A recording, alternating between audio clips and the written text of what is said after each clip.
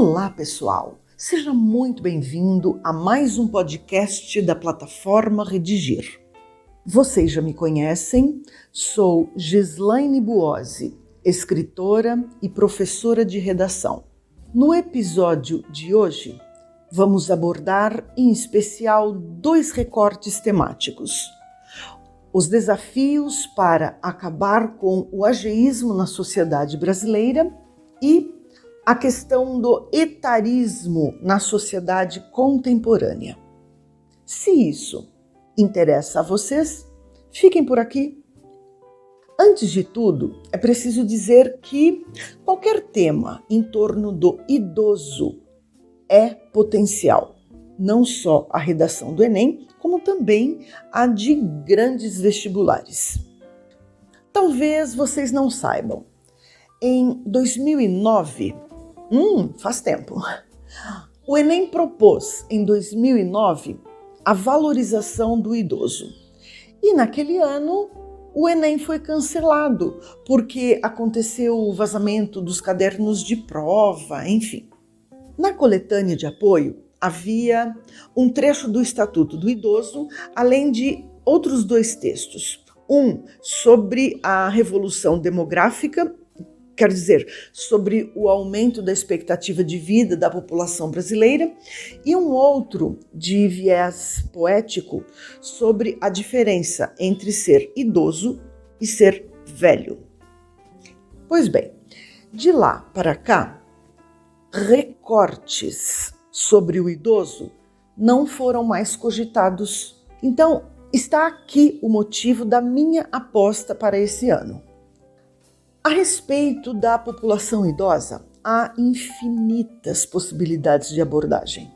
Só para citarmos algumas: alfabetização, inclusão digital, formação universitária, empregabilidade, inclusão social, com o fomento ao turismo, por exemplo, abandono afetivo e maus tratos, doenças mentais, suicídio, acolhimento aos idosos em situação de conflito armado, humanização do atendimento médico hospitalar, a adoção de idosos. E sobre esse último recorte, há inclusive um projeto de lei em trâmite nas casas legislativas. Vocês que acompanham os podcasts da plataforma Redigir sabem que temos uma estratégia excepcional. Nossa discussão está organizada para atender pontualmente aos comandos do Enem. E, desse modo, no primeiro bloco, fazemos o projeto textual, que precisa ser desenhado logo no parágrafo introdutório, com a apresentação do tema, a antecipação dos argumentos e a exposição da tese. Em seguida, ainda no primeiro bloco, levantamos possíveis repertórios socioculturais autorais. No segundo bloco, selecionamos 2 ou 3 dos argumentos cogitados e então os desenvolvemos.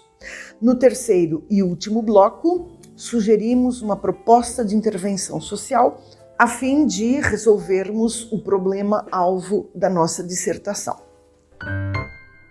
Nesse primeiro bloco, tema, argumentos, tese e repertório. Não vamos perder de norte que estamos considerando 2 recortes, vou repeti-los: os desafios para acabar com o ageísmo na sociedade brasileira e a questão do etarismo na sociedade contemporânea. Só um instantinho, ocorreu-me uma dúvida. A palavra ageísmo, está claro para vocês o que significa ageísmo? Esse termo foi criado pelo gerontologista e psiquiatra americano Robert Butler em 1969, quando ele se referia à discriminação, ao preconceito contra pessoas idosas. Para essa nossa discussão, é importante dizermos que as palavras ageísmo, etarismo, idadismo, idosismo e velhofobia são sinônimas entre si. Aqui, o sufixo ismo tem caráter pejorativo. E, sem dúvida, sugere algo que precisa ser reavaliado, ajustado, resolvido, como acontece em machismo, consumismo, capacitismo, ok? Para a apresentação do tema, faço referência à lei.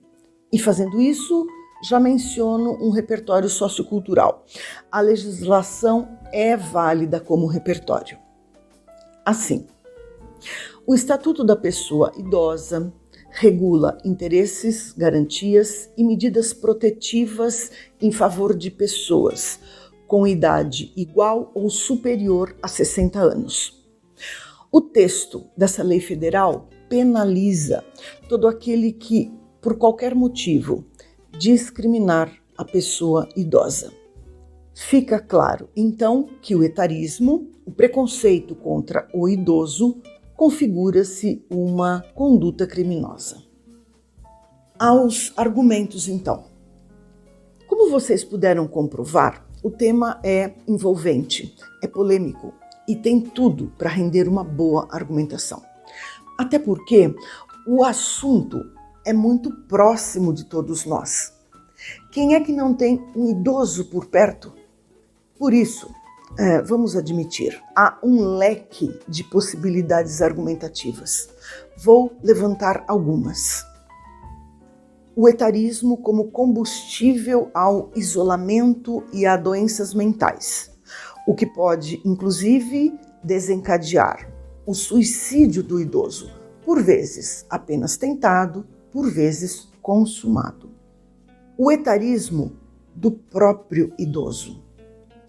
As abordagens etaristas já naturalizadas. A família que desiste do idoso. O etarismo, não só naturalizado, popularmente naturalizado, como também o etarismo institucionalizado. Vou fazer a seguir algumas considerações sobre uma conexão importante entre o etarismo e a necropolítica. E agora a tese, que é o ponto de vista a ser defendido ao longo das argumentações. A tese é esta: é tempo de poder público e sociedade civil atentarem aos idosos, com vista a torná-los atores sociais plenos de direitos e oportunidades. Tese das mais simples e, mesmo assim, bem eficiente. Uma tese pré-fabricada. Basta um pouco de habilidade e ela pode servir a muitos outros temas. Pensem nisso, tá? Ela funciona bem. Repertório sociocultural autoral. E vocês já sabem, para conseguirem a pontuação máxima na competência 2, além de focalizarem exatamente o recorte temático, é preciso trazerem ao texto um repertório autoral, quer dizer, algo que tenha sido, de fato, levantado por vocês e não apenas absorvido do material de apoio. Nesse aspecto, vemos que a interdisciplinaridade é posta à prova. Vale trazermos elementos colhidos da história, do cinema, da literatura, da geopolítica e de tantas outras frentes do conhecimento. Para o repertório, então, além do dispositivo legal que já mencionei quando da apresentação do tema, trago duas possibilidades. A mitologia indígena. Os Baniva são indígenas que vivem na fronteira do Brasil com a Colômbia. A cultura Baniva prestigia os idosos, em especial por conta dos conhecimentos espirituais, quer dizer, não materiais, adquiridos por eles ao longo da vida, entre os quais o dom da cura e o da clarividência. Percebam, é o povo indígena dando a todos nós lições de humanidade, solidariedade e afeto fundamentais ao bom convívio social. Outro repertório possível é o longa austríaco Amor. De fato, uma linda história de amor. A vida conjugal de Georges Yane. Dois idosos apaixonados pela arte e, principalmente, apaixonados um pelo outro. Nesse longa, que também fica aqui indicado, os desafios da terceira idade afetam a vida do casal, muito embora o amor entre eles seja inabalável. Neste segundo bloco, vamos selecionar e desenvolver alguns argumentos. Mas, antes disso, que fique bem claro a todos nós que talvez exista uma percepção equivocada que precisa ser definitivamente derrubada. Velhice e doença não são expressões sinônimas. Aliás, nessa direção, Aristóteles mesmo escreveu: velhice não deveria ser entendida como doença, pois não é algo contrário à natureza. E fica aqui uma citação bem pertinente ao tema. Vamos lá. Dos argumentos lançados de início, selecionei 2, quais sejam: o fato de, por vezes, o próprio idoso ser etarista e a necropolítica no contexto do etarismo. Passo então a desenvolver o primeiro argumento, o idoso etarista. Uau! Será mesmo que isso é possível? Bem, há idosos que não aceitam envelhecer. Explico. Há idosos que, por recomendação médica, já não podem, por exemplo, dirigir. E então, vocês acham mesmo que todos os idosos aceitam, obedecem pacificamente a essa restrição? Nem todos. A grande maioria resiste, desobedece. Há também, e esse aspecto me parece mais comum entre mulheres, há mulheres que se submetem a procedimentos estéticos, cirúrgicos, para tentarem esconder os sinais da idade, que, sinceramente, acredito, deveriam ser aceitos com mais naturalidade. Só para ilustrar, vou à telinha da Globo e trago dali a atriz Fernanda Montenegro, que já passou dos 80 anos. Segundo o que ela mesma diz à imprensa, ela nunca fez nenhuma cirurgia plástica e se orgulha disso. Aceita as rugas, que chegam às vezes mais devagar, às vezes mais depressa, mas sem dúvida chegam quando permitem, chegam para todos. Queridos alunos, é muito bom saber que ainda temos uma atriz que pode não só interpretar, como também viver plenamente a terceira idade. Grande Fernanda Montenegro. É preciso também dizer que é caso de ageísmo associar a velhice à inatividade. É ageísta a pessoa idosa que se sente um peso à família, quer seja porque geralmente não tem a condição de manter as próprias despesas, quer seja porque já não possa contribuir. É o caso daquela avó que durante uns bons anos cuidou dos netos e que de uma hora para outra já não pôde fazer isso. Percebam, essa pessoa pode, ela própria, entender que, além de não poder mais ajudar, atrapalha. E daí a tristeza, o isolamento. E se a gente puxar a linha, vamos chegar à depressão, ao suicídio tentado, ao consumado. O segundo argumento que selecionei foi a necropolítica no contexto do etarismo. Isso, a meu ver, é o etarismo institucional. Explico. O conceito filosófico da necropolítica surgiu em 2003 por um filósofo e historiador camaronês, Achille Mbembe. Os estudos desse camaronês chegam à conclusão de que o Estado, a quem cabe controlar as políticas orçamentárias, de certo modo, determina quem deve viver e quem deve morrer. E como a necropolítica se aplica exatamente ao etarismo? Vou chegar lá. Vocês acham que o custo de medicamentos ao longo da pandemia, 2, 3 anos, congelou? Não congelou. O índice de preços de medicamentos para hospitais nos dá conta de que medicamentos do aparelho cardiovascular tiveram um reajuste de 92% ao longo da pandemia. E então era de se esperar que o orçamento para os medicamentos também tivesse o mesmo reajuste, certo? Errado. Isso não aconteceu.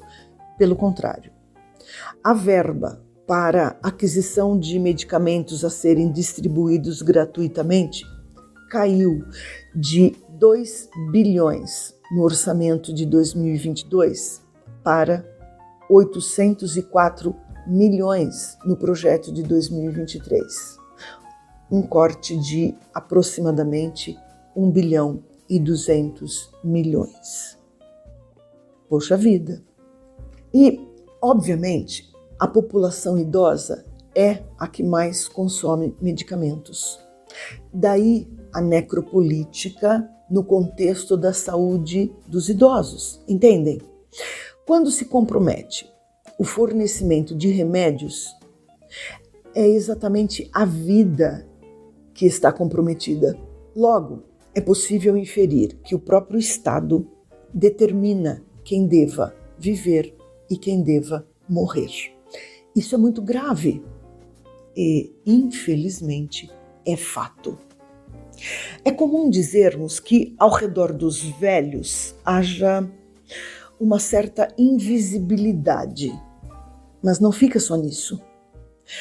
A necropolítica ultrapassa a invisibilidade.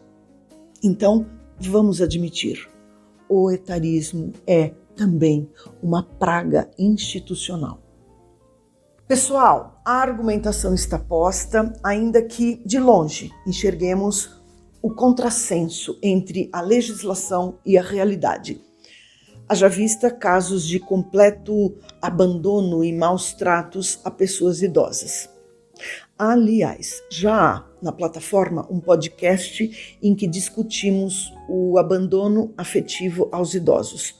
Localizem esse podcast, ouçam, por favor.